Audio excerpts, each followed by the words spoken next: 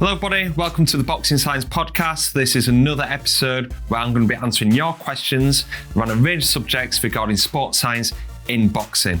These comments being provided through the YouTube channel. It's fantastic to engage with our YouTube community and be able to answer your particular questions about specific subjects around training, nutrition, and much more to try and elevate your performance to the next level. So in this episode, we're going to be covering a range of different subjects, including plyometrics for heavyweight boxers, how to prevent elbow injuries, how to manage training on fight week, and also how to adapt strength and conditioning to amateur boxing.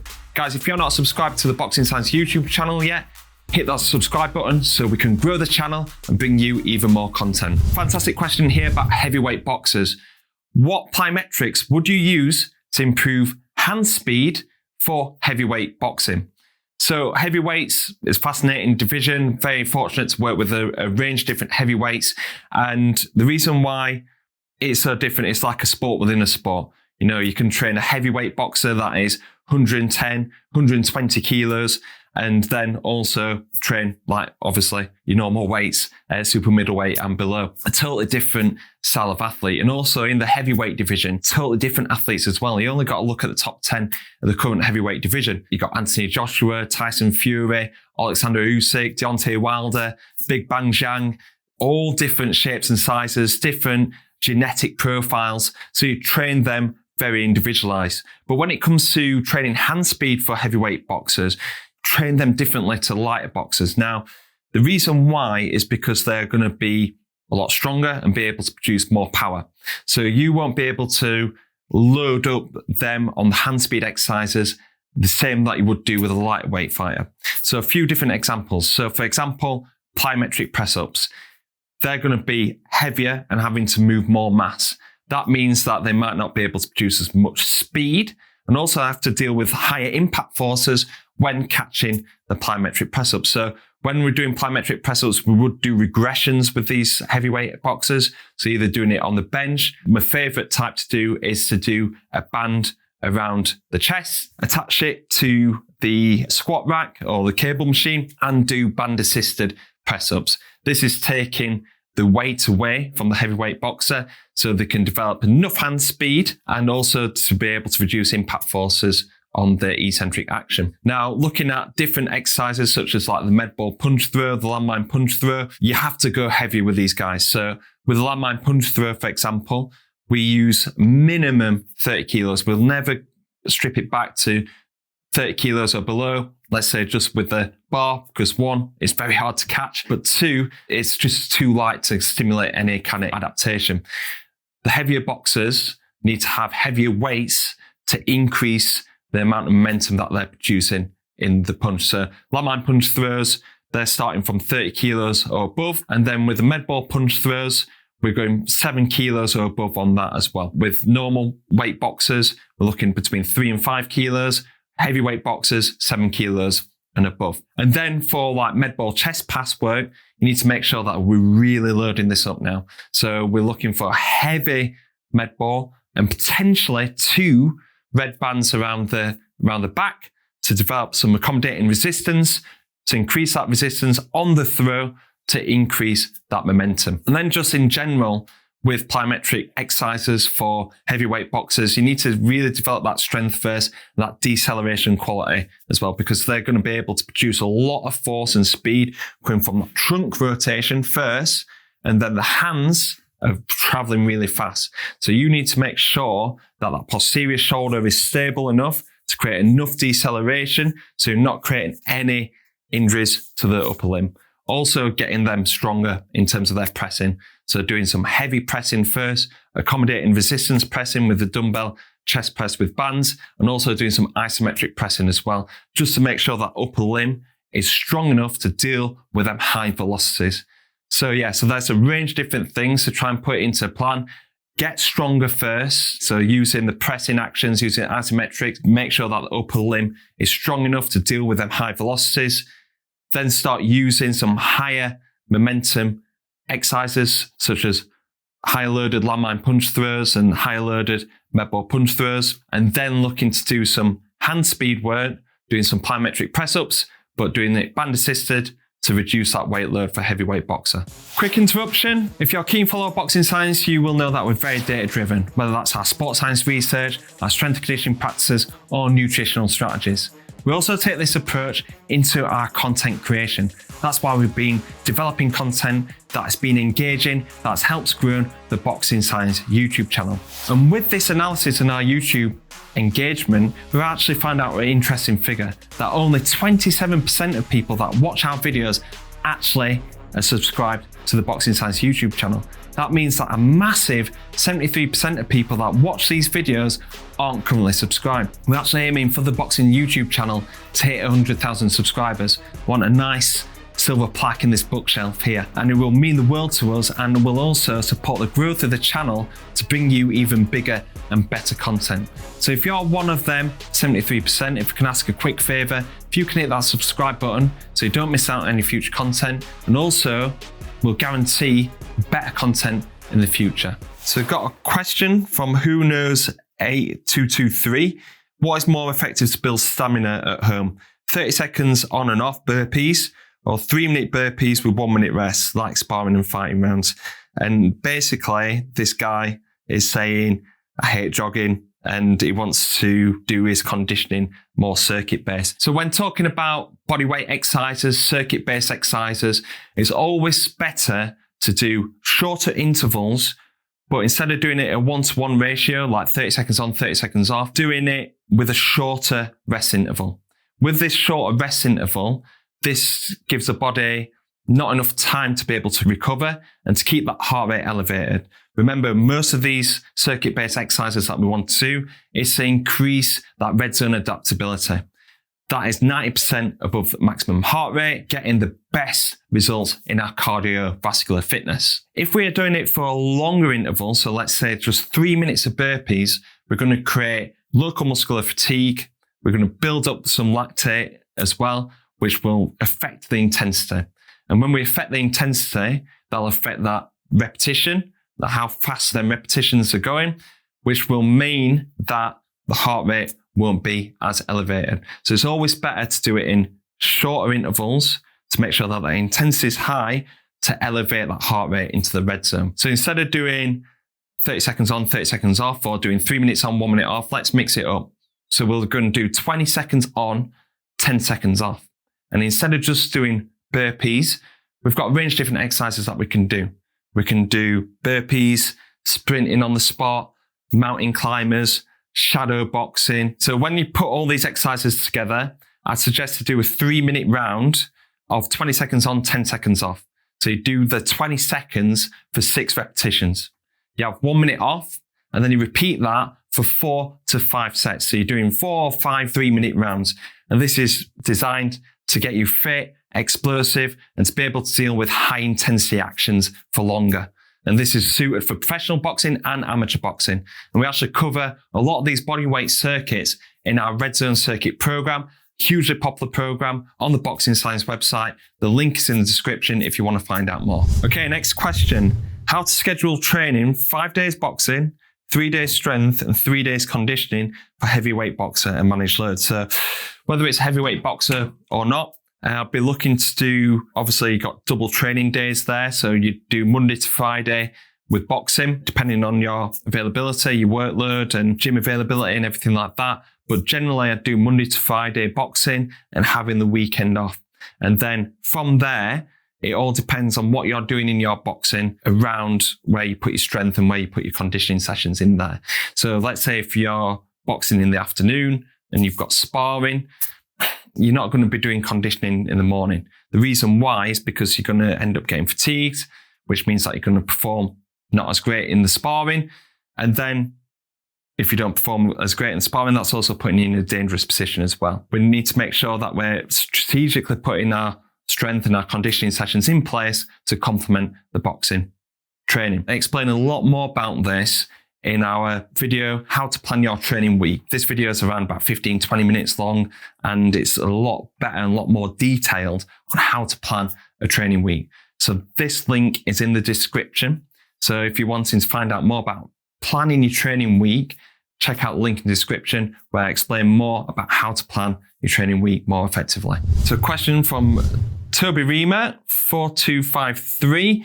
What are some exercises you can do to improve the stability of the elbow joint in boxing? So the elbow is a problem area for boxers because large kind of forces going through extension on straight shots, but also the different angles when you're throwing bent arm shots, obviously taking shots on the arms when you're defending and everything, it can cause a lot of pain around the elbow. And there's 3 different injuries that are quite common in boxing. We've got tennis elbow, which is on the outside of the elbow. We've got golfer's elbow, which is on the inside.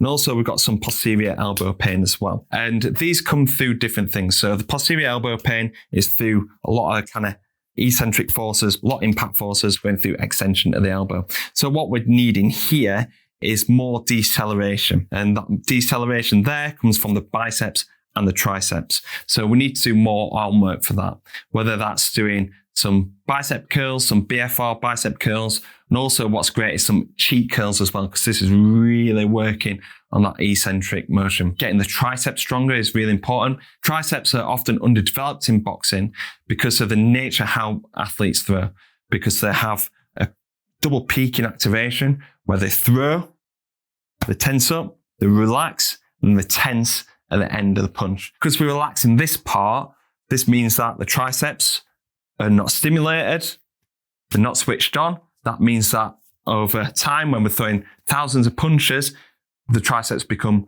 underactivated and underdeveloped. And then we've got the snapping motion at the end, creating a lot of tightness through this posterior elbow. So getting the triceps stronger will help protect that elbow as well.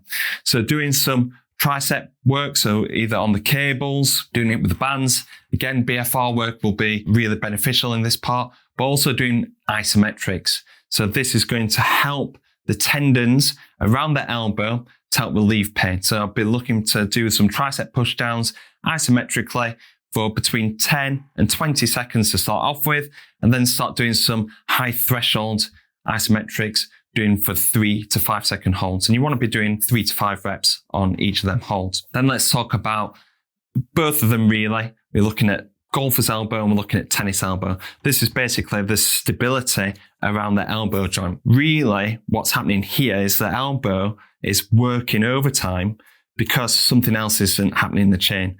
And more or less, it's the posterior shoulder. The posterior shoulder isn't working as well. The elbow is going to start overcompensating. So when somebody comes in with an elbow issue, I'm looking at how they're strong around the posterior shoulder. These exercises can work in terms of like internal external rotation, working on the elbow joint, doing some turnovers, and particularly looking at grip strength as well can help protect that elbow joint.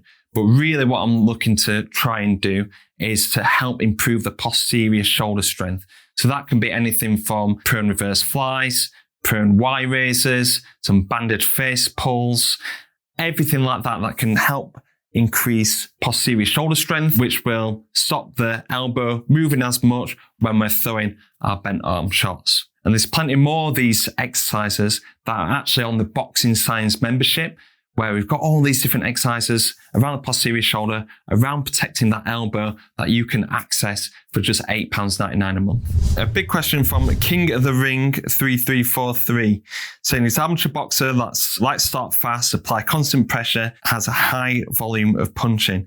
And what type of conditioning would you recommend to prioritize for my fighting style? Normally focuses on fight-specific hits, so 20 on, 10 off. Should he be focusing on 30-second sprints, muscle buffering type stuff? So this is a really interesting question. Would I adapt an athlete's conditioning around their fighting style? So this person here has a very specific fighting style where they're on the front foot, they're applying pressure, doing high volumes of punching. Protocol that you're using at the minute, fight-specific hit work, is particularly looking at central adaptations, working on a high work rate and being able to maintain that over a 3-minute round. And this is really suited to this person's fighting style. However, if you do that same type of training for a long amount of time, you will stunt your adaptations, you'll stunt your progress.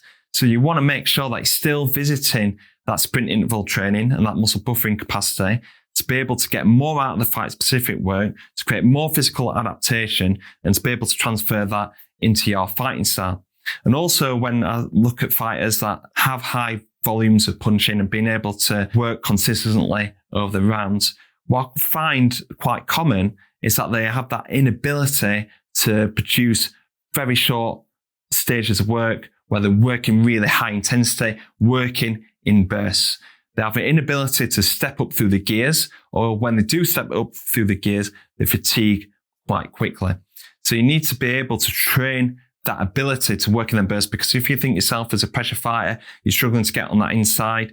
Once you get on the inside, you want to be able to get them shots off and being able to put in 5, 10, maybe even like 15 punches within a very short window of time. If you do that, you want to be able to recover, able to go again with a very short recovery window. So you need to be able to still work on that sprint interval training, 30 seconds on, 3 minutes off, muscle buffering capacity, such as like repeated sprint training, 12 seconds on, 48 seconds off for 15 to 20 reps, to be able to increase that ability to work in bursts, and that will help suit your style of being a pressure fighter. And in general, these 3 pillars, central adaptations, peripheral adaptations, and muscle buffering capacity, make up what we see as a perfect athlete for boxing. And that's basically what we're trying to do with boxing science, whether you are a counter puncher, whether you fight on the back foot, pressure fighter that is trading on the front foot, if you're somebody that works in high intensity bursts.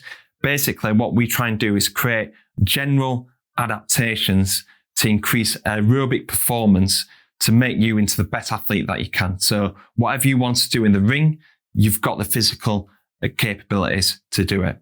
So not just looking at, right, this suits this style and this suits that style. We're looking at the athlete in particular, what their strengths are, what their areas for improvement are, trying to tweak them to try and work on their weak points, but also change them strengths into super strengths. So this is what we do with our testing. We have a look at their physiological profile and trying to tweak their program to make sure that they become the best possible athlete to unlock their potential as a fighter.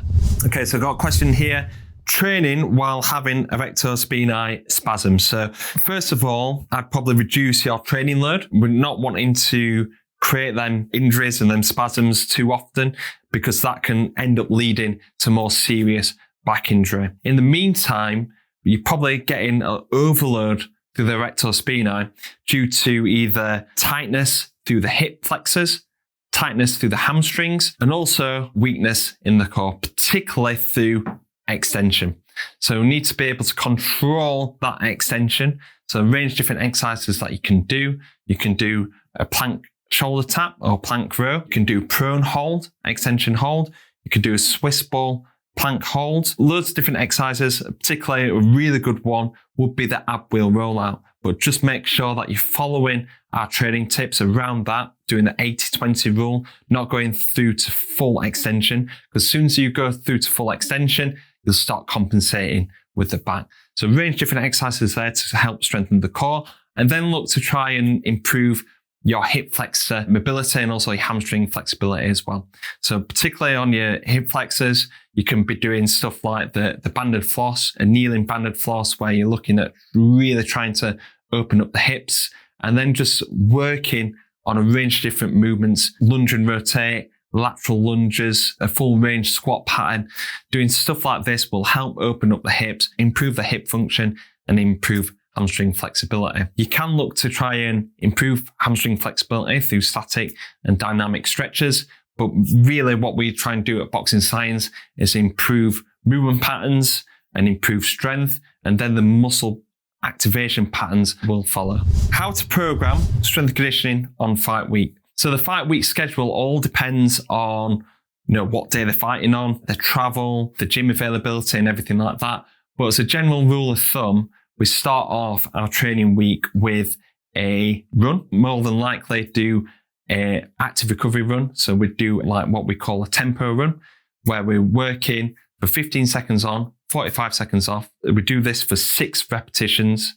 We do 2-minute rests, and then we perform this for 3 to 4 sets. Now, the reason why we do this is to stimulate the aerobic system, to burn a few calories when an athlete is making weight, but also not doing this as a long, steady plod. We're doing it in a very short burst where we're stimulating the neuromuscular system. We're working on some high speeds, ranging between 18 and 22 kilometers an hour on the curve, depending on an athlete's sprint capabilities and their fitness levels. But generally, it's between 18 and 22 kilometers an hour, targeting the green zone. So that's between 70 and 80% maximum heart rate. With this, we're stimulating the aerobic system, we're burning calories, we're stimulating the neuromuscular system, but we're not accumulating any fatigue or any lactate accumulation. So athletes are actually feeling really fresh, really stimulated, ready to go into the next training day. Then we're looking to do a strength conditioning taper where we're working on a range of fast, explosive exercises. They're looking at plyometrics such as like banded pogos, ollie shuffles, ice skaters. And then we're looking at real punch-specific actions because we're looking to transfer the strength and speed qualities from training camp into a fight-specific scenario. So that's where we use stuff like banded shadow box, punch iso holds, med ball punch throws, and also doing our split stance row and rotate. Another thing that we're looking to work on is increasing that range of motion, keeping the body relaxed, getting the body prepared, ready for fight night. So we're doing a lot of range of motion work. So we're doing our lunge patterns, lunge and rotate, lateral lunges, but also looking at increasing that range of motion through rotation. So we do a lot of rotational exercises from seated rotation, row and rotate exercises, but also taking that into rotational power exercises, such as our isometric pull-off press, potentiating the obliques, ready to go into some med ball throws. These are fast, these are explosive. We repeat a similar kind of session later on in the week, and this is the day before the weigh-in. And then if an athlete has to burn more calories or trying to lose a little bit more weight, we probably do an active recovery run as well. And then it comes to fight night.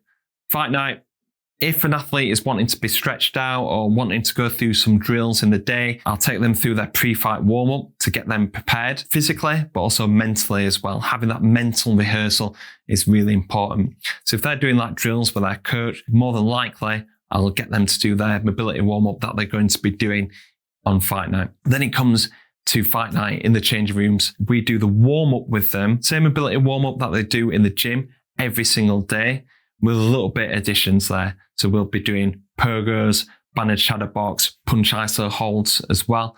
And this is really good feeling because we've helped an athlete from the very first stages of training camp, where they're coming into camp maybe a little bit heavy, and we're taking them through a full process up until doing their pre-fight warm-up, ready to go onto the pads. And thing is, with the pads, you've got a very limited amount of time. One, because you're not wanting to get an athlete too fatigued, you're wanting to get them potentiated, but also on fight night schedule, you're not wanting to be doing hours and hours of pads. You want it to be sharp, you want it to be fast, you want to get an athlete potentiated, ready to go into the ring. With that, the pre-fight warm-up is really important because you're wanting to maximize this very short window. So instead of like going and hitting the pads without doing any mobility work, can end up getting injured, but also it might take you 5 minutes to get warm on the pads and really firing that technique and then combinations that you've been working on in training camp. So doing the pre-fight warm-up is really important for an athlete to get into the zone, be potentiated to make the most of that pad work. And this is a warm-up that we've done with loads of athletes going into world title fights, British, European, Commonwealth title fights, doing it at the big arenas, but also doing it on amateur shows as well. And the beauty of this is that it can be done with no equipment, minimal equipment. All it needs is some boxing science bands. Okay guys, so that's the end of this week's episode of the Boxing Science Podcast Q&A session. Thank you very much for your questions. As always, if you're not subscribed to this channel yet, please hit the subscribe button so don't miss out on any future content, and also helps grow the channel so then we can bring you even bigger and better content. So thank you very much for watching. Hopefully see you on the next episode of the Boxing Science Podcast.